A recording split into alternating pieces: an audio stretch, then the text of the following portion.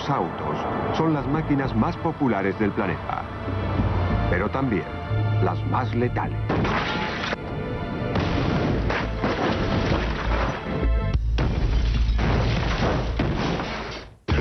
Menos 10, 9, 8, 7, 6, 5, 4, 3, 2, 1. Super máquinas. 0.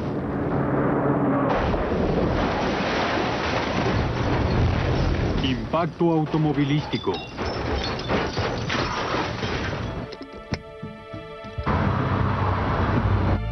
Hay más de 500 millones de automóviles en las carreteras del mundo. 130.000 son producidos diariamente.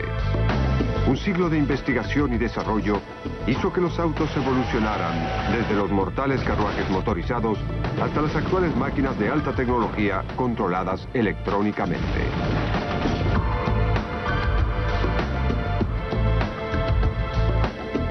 Las características de seguridad que hoy son corrientes se lograron gracias al esfuerzo de un pequeño grupo de dedicados científicos. Llevaron a cabo miles de pruebas de colisiones con muñecos, cadáveres e incluso con ellos mismos.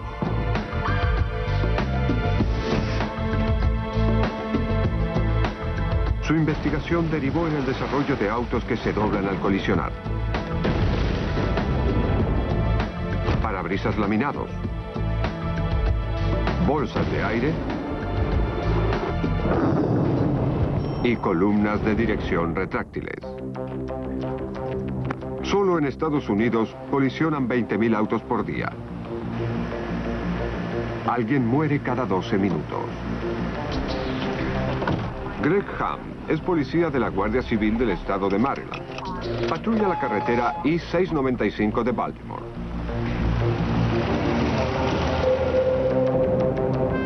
En un día habitual, investiga 6 accidentes. Afortunadamente, la mayoría sin víctimas fatales. Unidad 43, responda para reportar a la 1050 PI, la 1695. 17 respondiendo, directo a la 1050. Ahora vamos hacia un accidente automovilístico. En este momento desconocemos los daños materiales o si hay heridos. Una camioneta embistió la parte posterior de un Ford Probe a 60 kilómetros por hora. El auto está destruido, pero su diseño, preparado para plegarse ante una colisión, absorbió el impacto y salvó la vida del conductor. ¿Tiene la licencia de conducir? Sí, me duelen el cuello y la espalda por el impacto. ¿Solo le duelen su cuello y su espalda? Sí. Bien, intente no moverlos demasiado, ¿de acuerdo? De acuerdo. Había bastante tránsito. Y el pequeño Ford Probe negro se detuvo en su carril, que era el carril número 1. La camioneta Dodge azul no pudo detenerse a tiempo. Quizá venía demasiado rápido y embistió al primer vehículo. Si esta colisión hubiera sucedido hace 30 años, el conductor seguramente hubiese muerto. Ambos vehículos quedaron destrozados por el accidente, lo que significa que serán remolcados del lugar. Y un individuo será transportado al hospital. El próximo accidente que comprobará Greg Ham es en una concurrida autopista. Lo que ocurrió es que había un camión en el carril izquierdo, allí en la rampa, y el vehículo estaba en el primer carril, allá.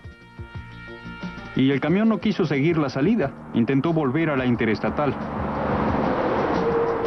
Básicamente cerró el paso de este Acura negro y este golpeó en el costado del camión. Es el primer impacto aquí. La mujer que conducía este vehículo está herida y fue llevada al Hospital Santa Inés. Esta vez, la bolsa de aire evitó que la conductora sufriera serias heridas. Durante los últimos 40 años, el número de autos en las carreteras se cuadruplicó. Al mismo tiempo, el índice de muertes disminuyó a casi la mitad. El colega de Han, Teniente Lipno, ha tenido este empleo por más de 20 años y presenció numerosos accidentes. La violencia en accidentes automovilísticos es la más extrema que vi en mi vida. He visto automóviles despedazados y he visto cuerpos despedazados. El automóvil debe ser considerado un arma letal. Estamos hablando de un objeto de 1100, 1800 kilogramos que va por una carretera a 80 o más kilómetros por hora. Es más letal que un arma de fuego. Un arma de fuego causa daño. Este vehículo, que es más grande, puede ir muy rápido y causar mucho más daño. El número de accidentes aumenta drásticamente cuando el clima empeora.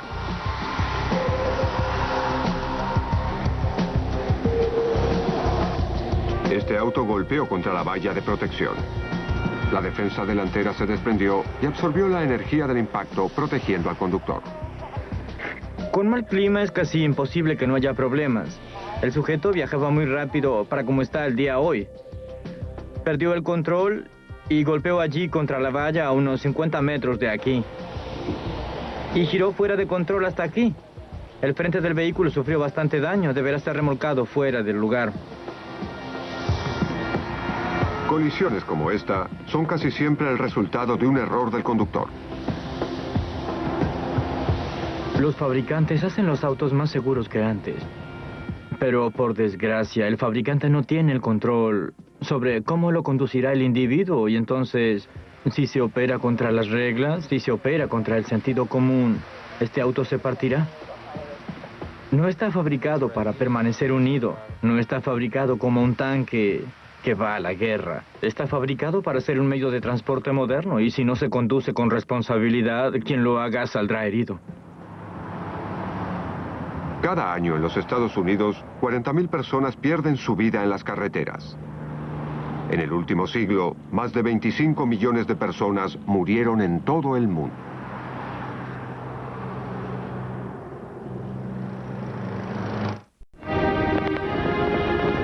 La primera víctima de un accidente automovilístico fue Henry Linfield, que murió en 1898 mientras viajaba de Londres a Brighton. Con la producción en masa de automóviles a principios del siglo XX, miles de personas morían cada año. Los autos de antaño no eran, por supuesto, tan seguros como los de hoy. En esa época eran mucho más duros. Los paneles de instrumentos no estaban acolchados en su parte superior ni en la zona de las rodillas. La caja de velocidades y la columna de dirección eran una unidad, y si uno chocaba contra la caja de cambios, rebotaba. Los frenos no eran tan buenos como ahora. Y todo eso junto con las puertas que se abrían solas, y entonces las víctimas sufrían heridas más severas y había muchos más muertos. Hacia los años 50, el automóvil se veía por todas partes. Pero millones ya habían muerto. El publicista Ralph Nader está convencido de que los autos eran inseguros. Me gusta llamar los años 50 como la era ostentosa del diseño automotriz. Mucho cromo, mucho brillo, muchos caballos de fuerza, publicitados en un tiempo en que los ingenieros eran olvidados y los estilistas eran quienes mandaban. El público aceptaba el riesgo como el precio del transporte. La seguridad no era un punto de venta. Bien, para ellos era la mejor seguridad que podían comprar. No tenían mayores niveles de expectativa porque no tenían modelos alternativos. No tenían información del gobierno indicando que estaban comprando automóviles peligrosos y obsoletos. Parte del problema era que realmente nadie había estudiado qué sucedía en una colisión. Nadie investigaba las colisiones. Nadie salía a investigar las colisiones y a investigar los autos, a sacar sus propias conclusiones. Una persona tomaba esta pieza, esa pieza, y luego otra, y lo unía a todo. Don Holke fue el primer investigador de colisiones en buscar la causa exacta de las lesiones. Mucha gente moría o se lesionaba gravemente porque debido a la inercia golpeaban contra las rígidas estructuras del panel de instrumentos y la columna de dirección.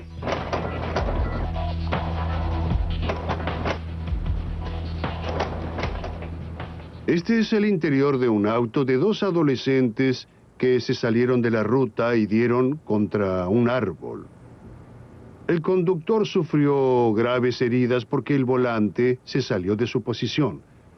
El acompañante golpeó contra el panel de instrumentos porque estaba suelto.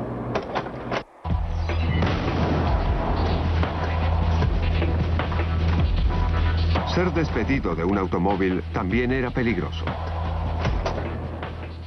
Y aquí puede verse que este hombre salió despedido del automóvil que pasó por encima de él, causándole heridas fatales. Ser despedido del auto por las ventanillas, la puerta abierta o por el parabrisas eran las causas principales de muerte.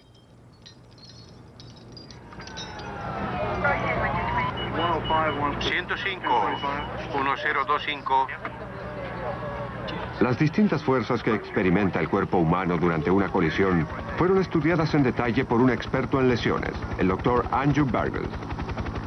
Creo que las fuerzas de una colisión deben ser consideradas entre las más severas que podemos experimentar con posibilidades de sobrevivir.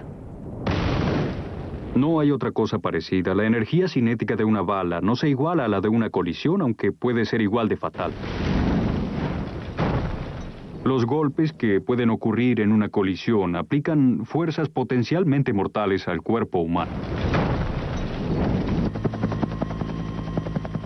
Estamos hablando de cuerpos que fueron hechos para caminar y para correr a una velocidad máxima de unos 8 o 13 kilómetros por hora.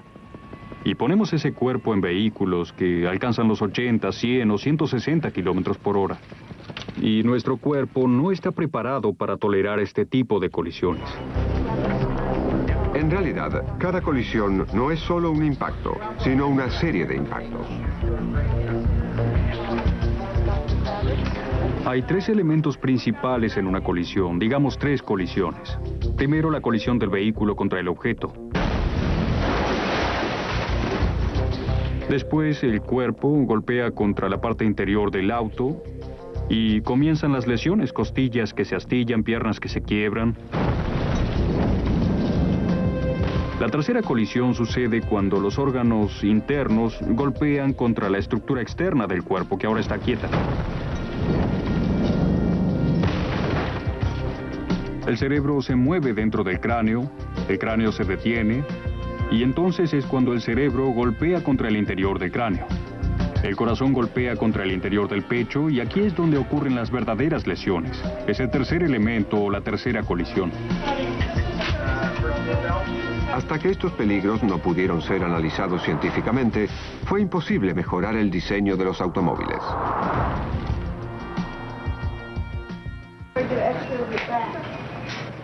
El creciente índice de víctimas en los años 50 impulsó los primeros estudios científicos acerca de lo que realmente sucede al cuerpo humano durante una colisión. Estos experimentos fueron hechos por uno de los hombres más importantes en la historia de la seguridad automotriz, Laurie Patrick, profesor de biomecánica. Me interesé en la biomecánica, que es el estudio de las fuerzas que sufre el cuerpo humano y las lesiones que éstas le producen. Y pareció que una progresión normal pasaría de esta investigación en biomecánica a un lugar donde pudiera hacer un bien. Me pareció que el lugar donde más podría ayudar sería en la seguridad automotriz, ya que en carreteras mueren 50,000 personas por año y cientos de miles resultan heridos. El profesor Patrick creía que si los automóviles eran diseñados correctamente, se podría sobrevivir a las graves colisiones. Realizó una serie de experimentos en la Universidad Estatal Wayne, en Detroit, para medir la fuerza que puede soportar el cuerpo humano. Soy el profesor Patrick del Colegio de Ingeniería. Me gustaría mostrarles un experimento humano y explicarles cómo se relacionan estos resultados con los obtenidos con un cadáver. El señor Mertz me ayudará en esta demostración. 50 centímetros. ¿Listo? En la mayoría de los casos, comenzamos con voluntarios. Golpeamos ciertas partes de sus cuerpos hasta que sintieron dolor y no pudieron continuar. Entonces, quisimos saber qué sucedería si incrementábamos las fuerzas. Lo hicimos golpeando cadáveres. En una serie de macabros pero importantes experimentos, cadáveres humanos fueron arrojados sobre una superficie metálica. Entonces el profesor Patrick pudo descubrir la intensidad de impacto que soportaría una cabeza humana.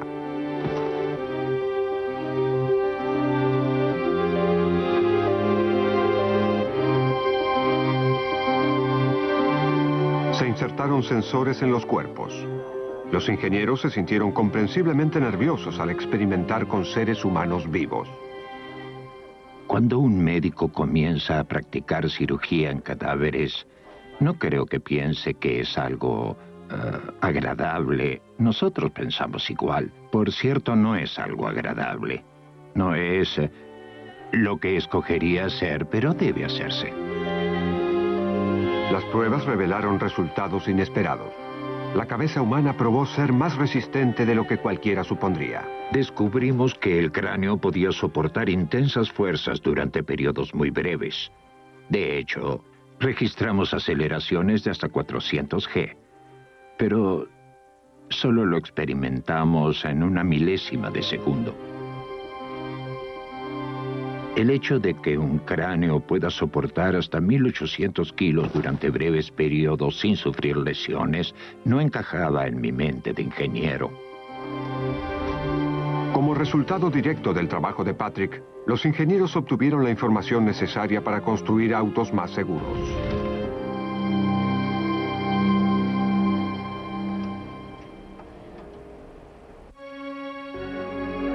Pero los fabricantes tardarían en implementar cambios significativos. La venta de sus autos dependería más del encanto que de la seguridad. Si lo que uno venderá es estilo, tiene que vender una especie de euforia, algo como una imagen psicosexual del auto, poder. No quisieron hablar acerca de la posibilidad de muertes, heridas y accidentes. Eso le quitaría encanto a la fantasía mediante la cual deseaban atrapar al consumidor. Como resultado, no quisieron hablar de seguridad, y tampoco quisieron hacerlo porque eso podría estimular las regulaciones gubernamentales, que en esa época casi no existían. Las empresas no aceptarían que el diseño del auto era parte del problema. Tenían que desviar la atención hacia el conductor como responsable de los accidentes. Siempre sería el culpable el tonto detrás del volante, según ellos. Y jamás realizaron la diferenciación de que aunque el conductor causara el accidente, la desaceleración y la inercia de los ocupantes al detenerse el auto provocarían heridas de las cuales el fabricante del automóvil es absolutamente responsable. El profesor Patrick decidió expandir su programa de investigación. Quería saber cómo reaccionaba el cuerpo humano ante los golpes y el método obvio para lograrlo sería golpear humanos. El mismo profesor fue el primer voluntario. Pensé que si me lastimaba, no habría ningún tipo de quejas y lo hice. Aplastó vidrio sobre su espalda. Sufrió desaceleración a 100 kilómetros por hora. Y hasta lo golpeó una pesa gigante. Era un péndulo. Se lo dejó caer y golpeó en mi pecho. Me tiró hacia atrás.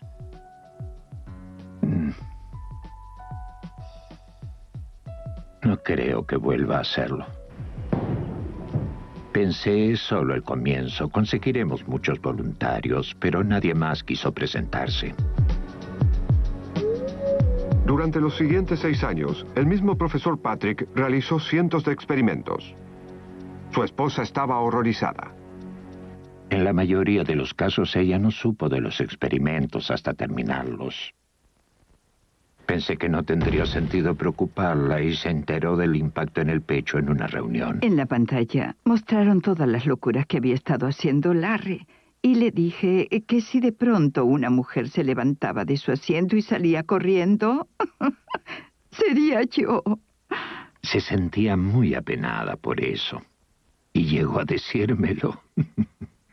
Pienso que el trabajo que Larry Patrick realizó durante los años 50 y 60 fue fundamental. Preparó el escenario para que el auto fuera más seguro.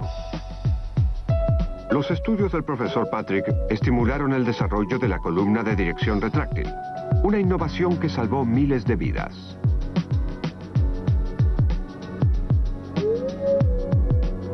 Sus experimentos también allanaron el camino de los actuales y sofisticados muñecos de pruebas.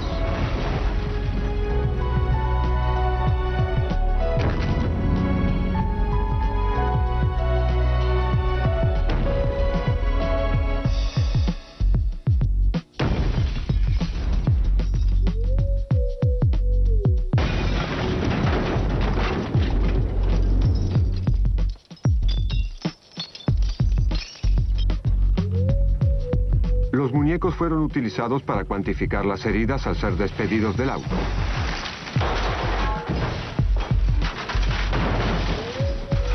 O a través del parabrisas.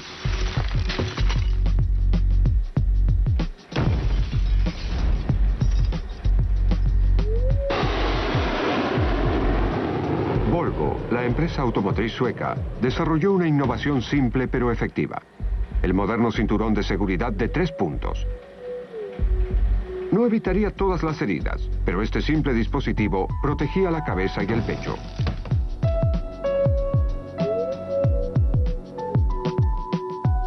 Estos cinturones fueron muy efectivos, pero en los años 60 se equipó solo a unos pocos modelos con ellos. ¿Cómo admitir que sus propios ingenieros e investigadores sabían que la gente moría en cantidades todos los días y que simples dispositivos como cinturones, columnas de dirección retráctiles, tableros acolchados, puertas más fuertes, se conocían desde hacía décadas, pero no estaban en los autos y no les importaba?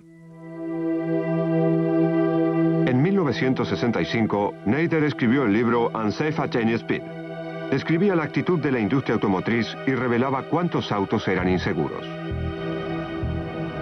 Se le pidió a Nader que presentara evidencia de seguridad automotriz en el Senado estadounidense. Su testimonio fue tan agresivo que General Motors contrató detectives privados para intentar desacreditarlo. Un día alguien me siguió hasta las oficinas del Senado de los Estados Unidos y fue atrapado porque se supone que nadie puede perseguir a gente en el Senado estadounidense. Era un detective que tuvo que identificarse y esto concluyó, claro, con un gran escándalo en la prensa. La publicidad catapultó a Nader al centro de la escena. Por fin los estadounidenses estaban listos para escucharlo. Muchos implementos de seguridad cuestan solo unos centavos más y muchas veces cuestan menos. Un par de ejemplos. Reorganizando las máquinas, esta columna de dirección de General Motors no le costaría más que el otro tipo de columna. Hoy los tableros de instrumentos matan entre 5 y 8,000 personas que chocan contra ellos. Un panel de instrumentos más seguro es más barato de fabricar. La evidencia de Nader fue crucial. En enero de 1967 fue aprobada la primera ley de seguridad automotriz de los Estados Unidos. Pero a pesar de que los cinturones de seguridad salvaban muchas vidas, varios conductores simplemente no los usaban. Me resulta muy incómoda. Realmente no sé para qué lo necesitas si conduces con cuidado. No me agrada estar apretada. Me resulta muy molesto. El número de víctimas solo comenzó a decrecer cuando los conductores fueron forzados por la ley a usar el cinturón de seguridad. Pero aún hoy, muchos conductores olvidan usarlo. Esta mujer no lo usaba cuando chocó a alta velocidad contra una columna y resultó gravemente herida. Encontramos una mujer que, para su desgracia, no utilizaba el cinturón de seguridad. Tiene heridas en el cráneo, pecho y abdomen, además de una pierna fracturada.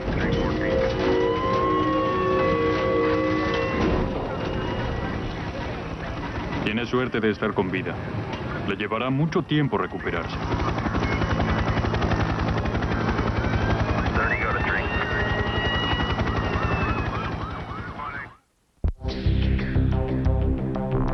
En la década del 80, los fabricantes notaron que la seguridad vendía autos.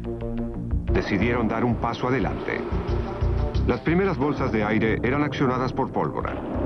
Se inflaban a más de 320 kilómetros por hora.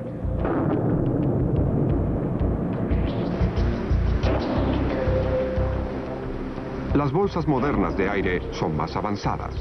Poseen sensores y se inflan a diferentes velocidades, dependiendo de la fuerza del choque. Ya han salvado miles de vidas.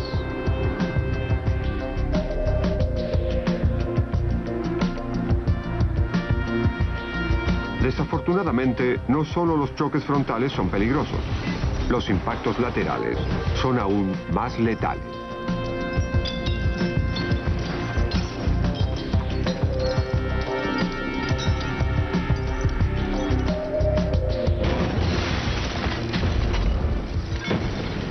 Los impactos laterales son mortales, porque uno está sentado donde sucede el impacto. Está demasiado cerca. No se puede hacer mucho en ese pequeño espacio porque no hay nada que absorba la energía.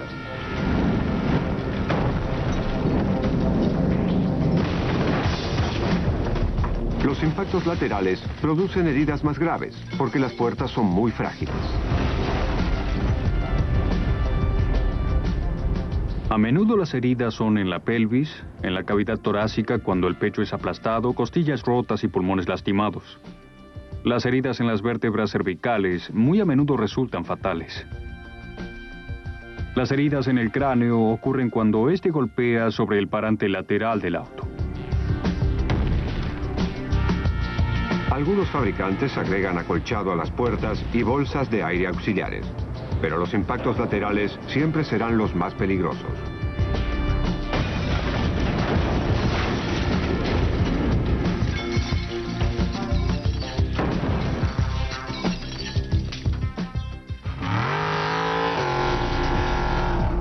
Hay un pequeño grupo de personas que se gana la vida sabiendo cómo sobrevivir a las colisiones.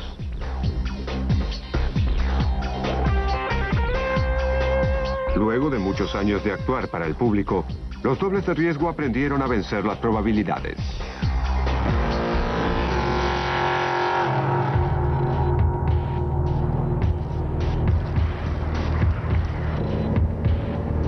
El doble de riesgo inglés Lee Sheward se prepara para uno de los actos más espectaculares, la vuelta en tubo. La vuelta en tubo es una de las maneras que usamos para volcar vehículos. Es una estructura de acero cubierta con una capa de grasa para que el auto se deslice.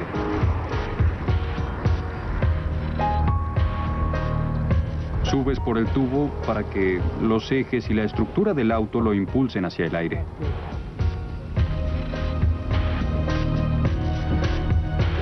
Sheward es parte de un equipo de expertos dobles de riesgo para televisión y películas de James Bond. El coordinador a cargo es Colin Skippin. Mi tarea en la actualidad es controlar la operación de los dobles de riesgo, la sincronización, asegurarme de tener a las personas adecuadas en el trabajo adecuado y controlar la seguridad de los dobles de riesgo, los artistas y el equipo. Para evitar matar al conductor, el auto de producción masiva debe ser muy modificado.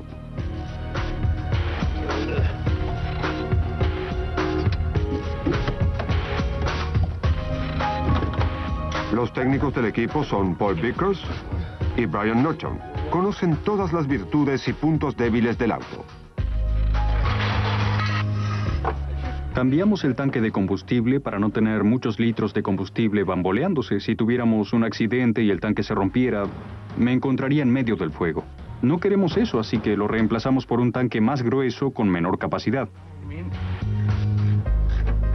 El pequeño tanque de aluminio alberga solo unos litros de combustible y puede resistir al más severo impacto sin quebrarse.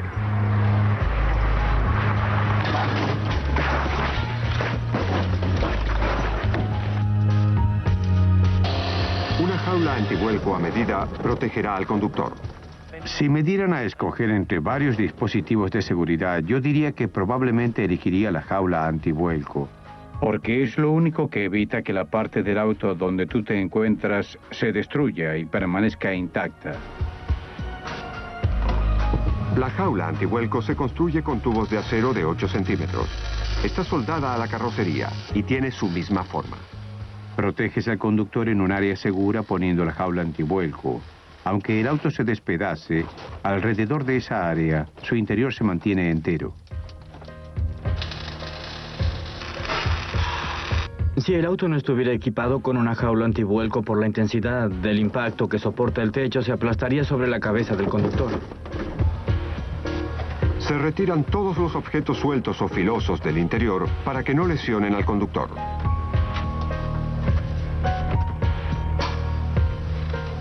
La batería de un auto corriente contiene ácido que resultaría muy riesgoso en estos actos. Si esa batería se aplastara, se derramaría ácido por todas partes. Si la batería entra en cortocircuito, existe un riesgo de incendio. Por eso ponemos una caja de acero que está asegurada a la estructura del auto. También tenemos esta llave de corte que nos permite desactivar el sistema rápidamente de ser necesario. Y un asiento especial de Kevlar con un cinturón de 5 puntos están sujetos al piso. Implementamos en el auto tantos dispositivos de seguridad como es posible para que todo resulte bien. Ahora lo demás depende del conductor. El auto está preparado y es el turno de Lee Sheward. Su seguridad está en sus propias manos. Lo que haremos es intrínsecamente peligroso. Existe un elemento de riesgo y estaría loco si entrara al auto para hacer lo que haremos si no fuera cauteloso en mi trabajo.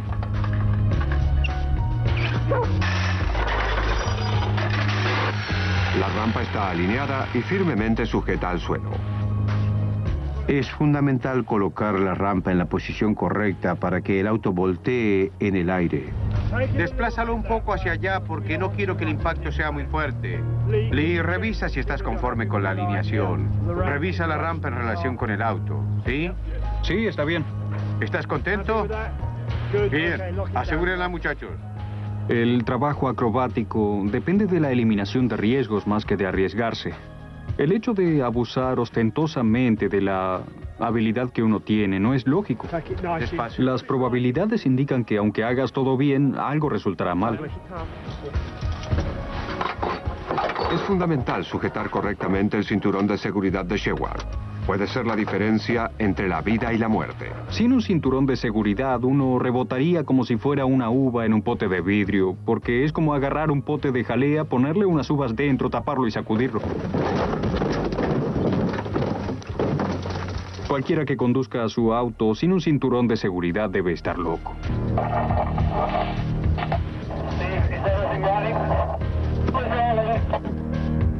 Tengo el hábito de parpadear mucho. Pero ni bien comienzo mi acto, logro permanecer quieto. Todo parece estar muy quieto. Uno se concentra en lo que está haciendo. Cuando llegas a la rampa te sujetas fuerte.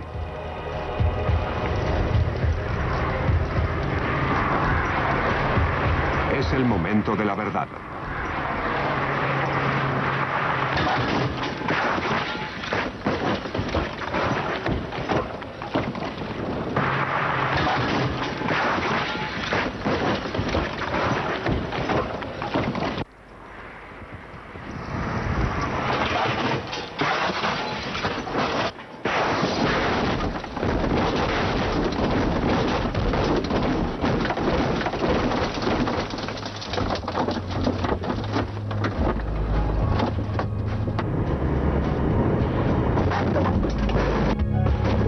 La jaula antivuelco hace su trabajo. El cuerpo de Sheward se sacude con violencia, pero como está tan bien sujeto, ninguna parte golpea contra el lateral del auto.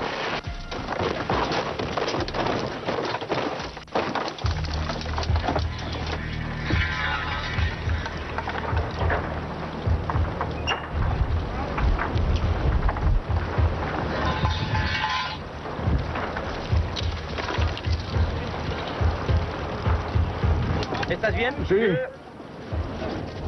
Bien hecho, muy bien. ¿Estás ¿Seguro? bien? Sí.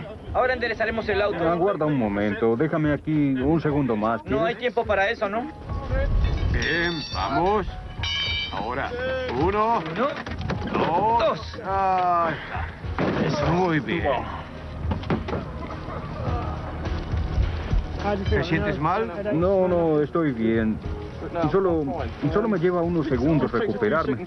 Eso es todo. Es por eso que pedí que no me voltearan de inmediato. Lo hacemos por seguridad. Si ocurriera un accidente de esa naturaleza en una carretera y fueras un conductor corriente, en un auto corriente sin jaula antivuelco ni dispositivos de seguridad apropiado, En el 90% de los casos, el conductor moriría.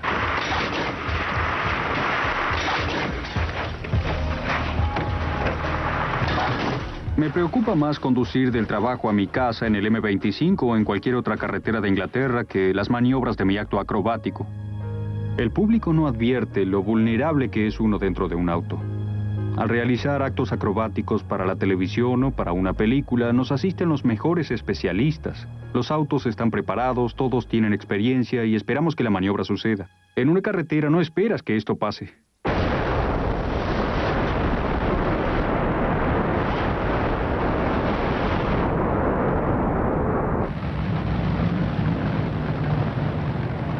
Con el auto adecuado, es posible sobrevivir a un accidente que ocurre a cientos de kilómetros por hora. Al igual que los dobles, los pilotos calculan sus riesgos. Estos son los autos más rápidos del planeta. La diferencia entre un vehículo de producción y uno de competición es que el vehículo de producción está diseñado para trasladar personas de un lugar a otro. El de competición se diseñó para colisionar. Los autos de aceleración son los más potentes del mundo. Se les exige velocidad, pero su diseño se basa en la seguridad. Conducir un vehículo que acelera más de 500 kilómetros por hora en menos de 4 segundos y medio en 400 metros es muy similar a ser disparado desde un cañón. Con tanta potencia, los accidentes son inevitables, pero estos conductores rara vez resultan heridos. De hecho, estos autos fueron diseñados para colisionar e incendiarse. Los diseñaron de tal modo que el propósito final de su estructura es proteger al conductor en caso de accidente, desperfecto o colisión. El conductor está protegido por una celda de seguridad. Para absorber el impacto de un accidente, la estructura es construida en unidades separadas que se desprenden en etapas. Gary Scelsi fue 2 veces campeón de la máxima categoría de aceleración.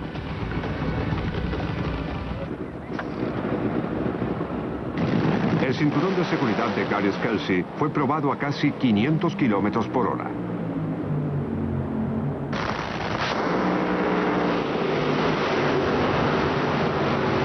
El auto iba a una velocidad cercana a la marca mundial. De pronto, sin previo aviso, simplemente explotó. En ese punto se partió en 2 y el compartimento del conductor golpeó contra la defensa de la carretera. Entonces vi una gran rueda trasera muy cerca de mi jaula antivuelco. No sabía lo que era.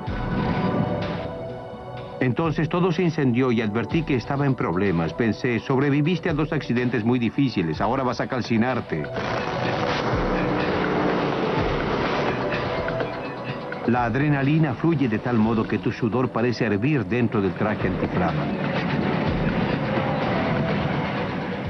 Por suerte, el auto se detuvo. Los equipos de seguridad llegaron de inmediato y yo logré salir arrastrándome. No sufrí ningún rasguño, excepto por una contusión en mis piernas.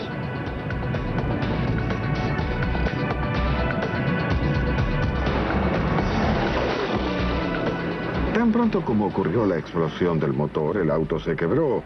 Y luego de colisionar contra la defensa, las partes más grandes se diseminaron y básicamente solo quedó la jaula antivuelco.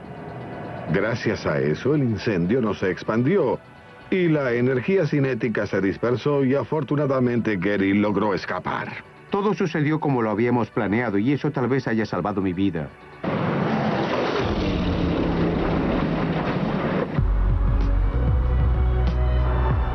En la actualidad, el desafío de los ingenieros es diseñar autos de producción tan seguros como los de competición.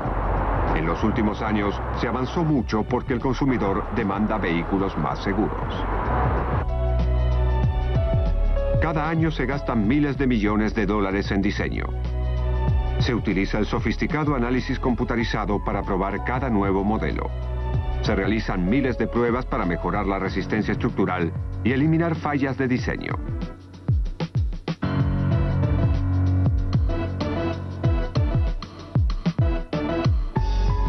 Avances de la ingeniería, como los parabrisas laminados, protegen al conductor de los fragmentos de vidrio.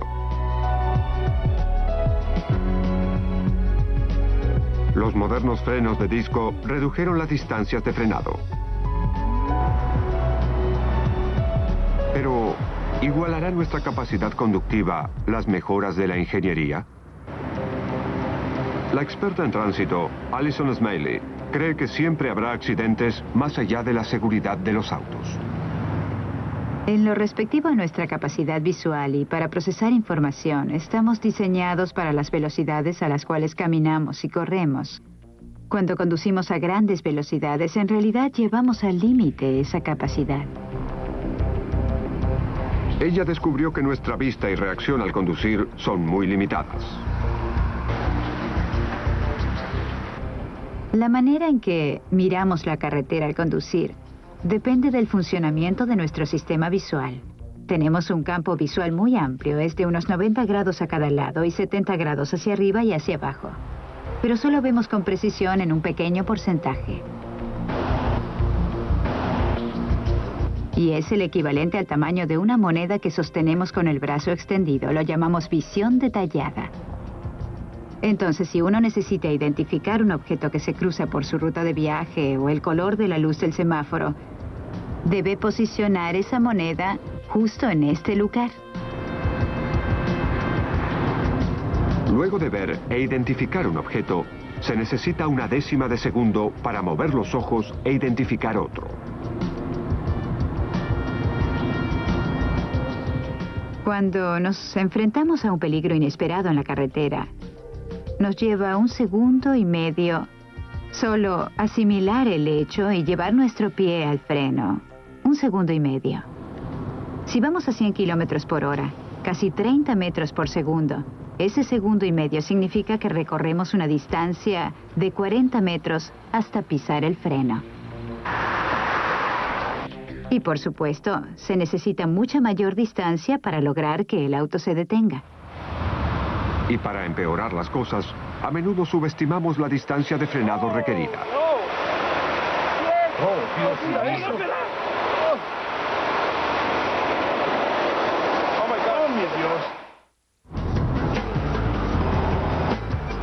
Detrás del volante, la capacidad de nuestro cerebro para procesar información es limitada. Y cuanto más rápido vamos, es peor. Sería muy conveniente si nuestro tiempo de reacción mejorara a mayor velocidad. Pero no es así. Se necesita aproximadamente el mismo 1,5 segundos para reaccionar ante un peligro inesperado en medio de la carretera, tanto a alta como a baja velocidad.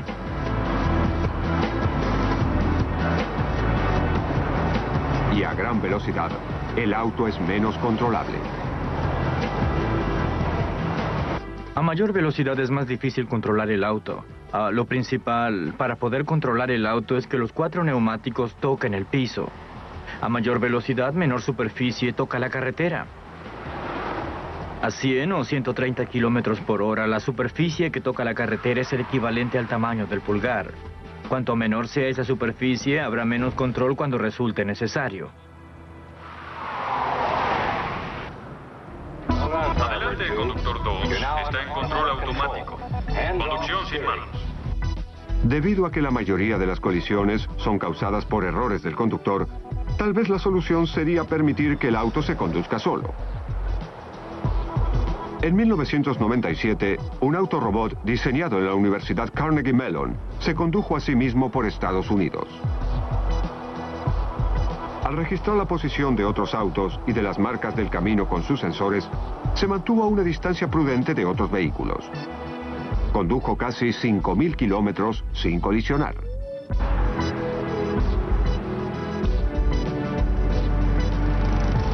General Motors llevó la idea un paso adelante.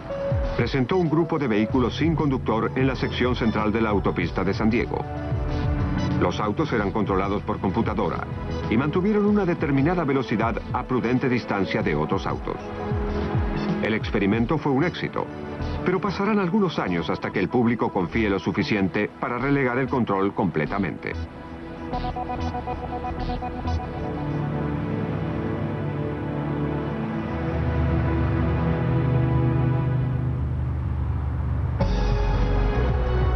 Ya existen más de 200 millones de vehículos en Estados Unidos. Si no se utilizan nuevos sistemas de control electrónico de tránsito, las colisiones cada vez serán más. Mientras usted veía este programa, otras 5 personas murieron en carreteras estadounidenses. Recuerde, la mejor manera de seguir con vida es conducir lentamente y estar alerta. Viva donde viva, sea prudente.